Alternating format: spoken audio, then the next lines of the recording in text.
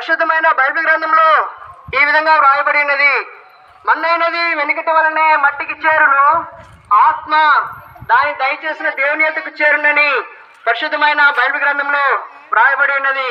ప్రతి ఒక్క మానవునికి, మనిషికి మరణము అనేది తప్పనిసరి.